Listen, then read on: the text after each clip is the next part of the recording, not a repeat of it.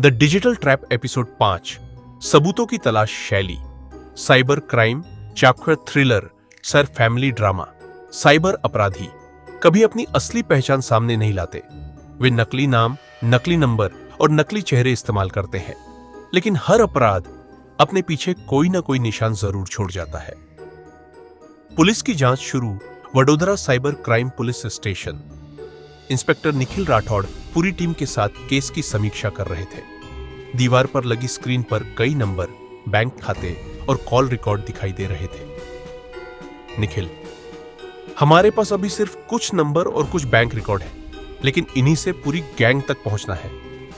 एक अधिकारी जवाब देता है, सर, जिन खातों में पैसे गए थे उनमें से ज्यादातर रकम कुछ ही मिनटों में दूसरे खातों में भेज दी गई। निखिल गंभीर हो जाते हैं। मतलब ये कोई अकेला व्यक्ति नहीं, पूरा नेटवर्क काम कर रहा है। बैंक में खुलासा तन्वी माथुर बैंक के सर्वर लॉग और शिकायतों की समीक्षा कर रही थी। अजय कुमार उनके सामने सिर झुकाकर बैठे थे। अजय, मैम, अगर मैंने उस दिन वह जानकारी साझा न की होती। तन्वी उन्हें रोक देती है।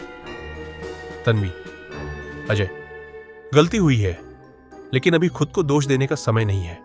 हमें उन लोगों तक पहुंचना है जिन्होंने इस जानकारी का गलत इस्तेमाल किया। इसी दौरान बैंक की साइबर टीम एक रिपोर्ट लेकर आती है। मैम, पिछले 3 महीनों में इसी तरह की शिकायतें कई ग्राहकों ने दर्ज कराई हैं। तन्वी चौंक जाती है। अनुराग का संघर्ष घर पर। अनुराग अपने ऑफिस के दस्तावेज देख रहे थे। कंपनी का काम प्रभावित होने लगा था। रात भर उन्हें नींद नहीं आती। रोहिणी उनके पास बैठती है। रोहिणी, आप खुद को दोष देना बंद कीजिए। अनुराग की आंखें भर आती हैं। अनुराग, अगर मैं थोड़ा और सावधान होता तो आज यह सब नहीं होता। तभी विनेंद्र उनके कंधे पर हाथ रखते हैं। विनेंद्र, गलती से सीखना हार नहीं होती। हार तब होती है जब इंसान लड़ना छोड़ दे। पहला डिजिटल सुराग। साइबर सेल की टीम को एक महत्वपूर्ण सूचना मिलती है। जिस बैंक खाते में पहली रकम पहुंची थी वह एक फर्जी कंपनी के नाम पर खुला था, लेकिन उस खाते से एक बार एटीएम से नकद निकासी हुई थी। इंस्पेक्टर निखिल तुरंत कहते हैं, उस एटीएम का सीसीटीवी फुटेज निकालो। सीसीटीवी फुटेज कुछ घंटों बाद फुटेज स्क्रीन पर चलने लगता है। एक व्यक्ति कैप, मास्क और काला चश्मा पहने एटीएम से पैसे निकाल रहा था। चेहरा साफ नहीं दिख रहा था, लेकिन उसके दाहिने हाथ पर एक बड़ा बिच्छू, स्कॉर्पियन का टैटू साफ दिखाई दे रहा था। पूरे कमरे में सन्नाटा छा जाता है। इंस्पेक्टर निखिल वीडियो रोकते हैं। चेहरा छिप सकता है, लेकिन पहचान नहीं। यही हमारा पहला बड़ा सुराग है। विनय ठाकुर की बेचैनी उधर। विनय ठाकुर अपने ठिकाने पर बैठा था। एक साथी घबरा कर आता है। साथी, सर, पुलिस ने हमारे इस्तेमाल किए गए एक बैंक खाते तक पहुंच बना ली है। विनय शांत रहता है।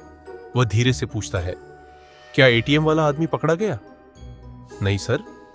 विनय राहत की सांस लेता है, फिर आदेश देता है, आज से कोई भी पुराना बैंक खाता इस्तेमाल नहीं होगा और जिस लड़के ने एटीएम से पैसे निकाले थे उसे तुरंत शहर से बाहर भेज दो। पुलिस का संदेह इंस्पेक्टर निखिल फुटेज को बार बार देखते हैं। उन्हें अचानक कुछ याद आता है।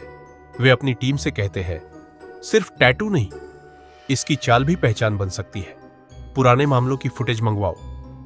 टीम तुरंत दूसरे राज्यों की साइबर सेल से संपर्क करती है। कुछ देर बाद राजस्थान और मध्य प्रदेश से भी सीसीटीवी वीडियो आते हैं। तीनों वीडियो एक साथ चलाए जाते हैं। हर वीडियो में एक ही तरह की चाल और एक ही बिच्छू का टैटू। निखिल मुस्कुराते हैं। अब यह सिर्फ शक नहीं, एक पैटर्न है।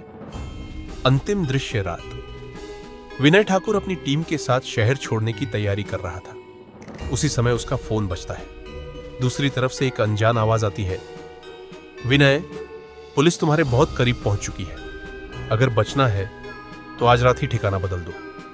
विनय चौंक जाता है। वह पूछता है, तुम कौन हो?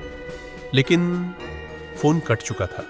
पहली बार विनय ठाकुर के चेहरे पर चिंता साफ दिखाई देती है। कैमरा धीरे धीरे उसके चेहरे पर झूम करता है। Screen black. एपिसोड 5 समाप्त अगले एपिसोड में। क्या पुलिस बिच्छू के टैटू वाले व्यक्ति तक पहुंच जाएगी? क्या विनय ठाकुर का कोई अपना ही उसे धोखा दे रहा है, या फिर वह एक बार फिर कानून से बच निकलेगा। देखिए द डिजिटल ट्रैप एपिसोड 6।